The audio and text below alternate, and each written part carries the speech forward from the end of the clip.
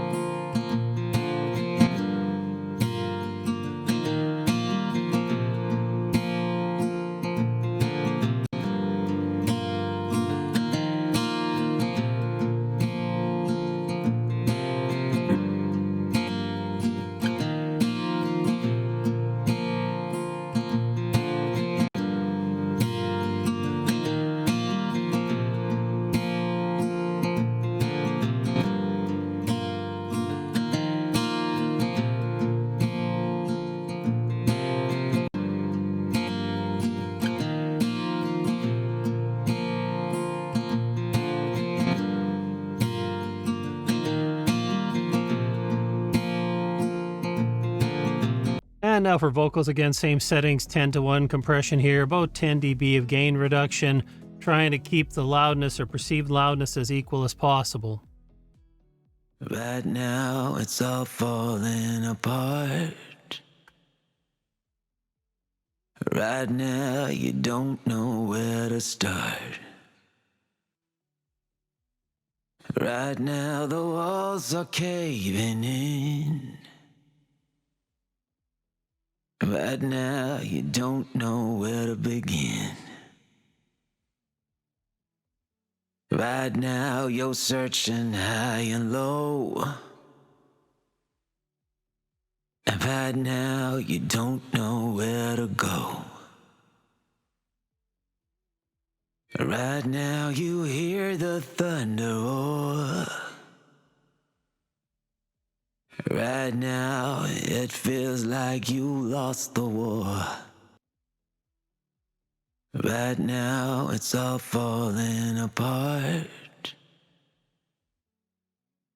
Right now you don't know where to start. Right now the walls are caving in. Right now you don't know where to begin. Right now you're searching high and low. And right now you don't know where to go. Right now you hear the thunder roar. Right now it feels like you lost the war.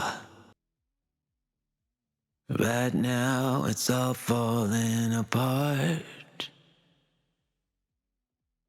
Right now you don't know where to start. Right now the walls are caving in. Right now you don't know where to begin. Right now you're searching high and low.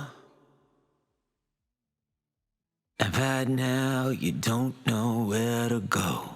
Now we'll take a look at the controls, and you're going to see that you get what you'd expect in a 160. There's a threshold, compression, output gain, as well as meter control for input-output gain reduction and a bypass. And you find all those on the hardware here as well. Because this is a 560A, it also has the over easy, which is something you don't find on the 160 with a switch. Now you'll notice that the UAD has the same here, Universal Audio, same control, Waves has the same controls, and then we get into the sort of creature comforts. So in terms of the HoRNet, you got input and output trim, and you can also link those. So it's kind of nice if you need to make some adjustments there to stage your gain the way you want. Certainly there's also a trim target, and you can have auto trim as well. What I really like is this target gain reduction. I got it set here at -20. I'm going to put it on auto. And when we listen to one more time here, we'll just go ahead and you can see what that does, driving this compressor a little more. There's also wet dry, so parallel compression can be done right within the plugin. And we have oversampling, auto 2 times, 4 times, and 8 times. I'll leave it on 8 times for this demo. I had an auto before. Of course, we can bypass as well. There's also an analog control here to add some saturation in. There's a hiss control again to give you a little more of that analog vibe, tape vibe even. And of course, there's auto makeup if you want, and that's also really handy. The UAD is pretty much a basic 160. You get what you get here. You can, of course, save presets as you can with all 3 of these. And the Waves goes ahead and adds in also trim. You get that mix control for parallel compression. And there's also that analog noise you can introduce as well. Plus, there is a side chain here, high pass side chain. So again, the Waves gives you that feature. So a little bit different on each of these. Again, nice to have some of these modern comforts if you're going to go with a plug-in as opposed to hardware. So let's just have a quick listen here, and we'll see what we get with this little, driving this a little bit harder.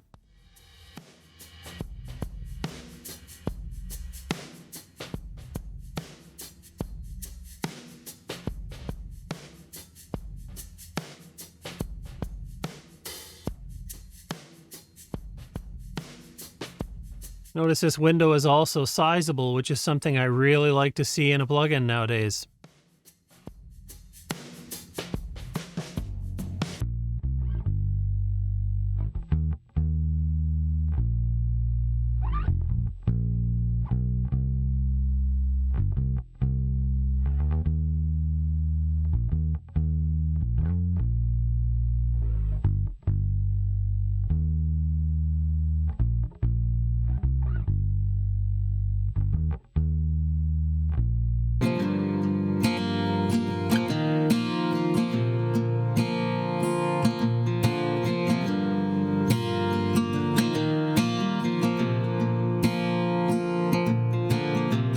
Right now, you don't know where to start.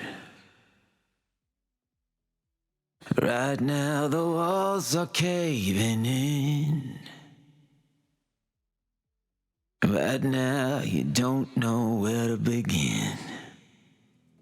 So now that you've heard the H160 plugin, had a chance to compare it to the Waves and Universal Audio plugins, plus the dbx 560A, it'd be great to hear some of your thoughts in the comments below. I definitely could hear differences between them, the way they approach the attack and then the decay of the sound. There certainly are variances depending on the source material. Whether you prefer one or the other just kind of depends what you're trying to go for. They all do the dbx compression, so I would say, you know, you're going to get dbx style compression. But again, the actual sound is a little bit different here on all of them. I do like the functions, the extra creature comforts, if you will, that HoRNet has put on the H160. There's a lot to offer there. It can speed up your workflow. But I will note that I noticed a few things that maybe are a little buggy with a few of them. This is version 1.0.0, so it's the very first version of this plugin. I mentioned, for example, the gain reduction. Auto gain reduction set to -20. When I played through the final example, we didn't quite get to -20 on the guitar and on the vocal. So I don't know if that's just because we went through from one to the next, or if it's just something that's got to be worked out a little bit. But I really like that idea for a feature. I think it's going to save a lot of time for everybody. Now, one thing I'll also mention is at the time I'm recording this video, the HoRNet plugin is about a little over €3, $3.50 US. So it's very affordable. It's on sale, and it's pretty great value for a plugin like this. There's no iLock or anything like that associated with it. It doesn't have copy protection, so you're not going to have a network connection or anything like that to use it, which is, I know, something a lot of you will like. So just another couple things to keep in mind there. And if you're looking for more options in compressors, whether it's hardware or plugins, check out one of the videos below. As always, it's been great having you here today. Hope you have a great week, and I'll see you next time.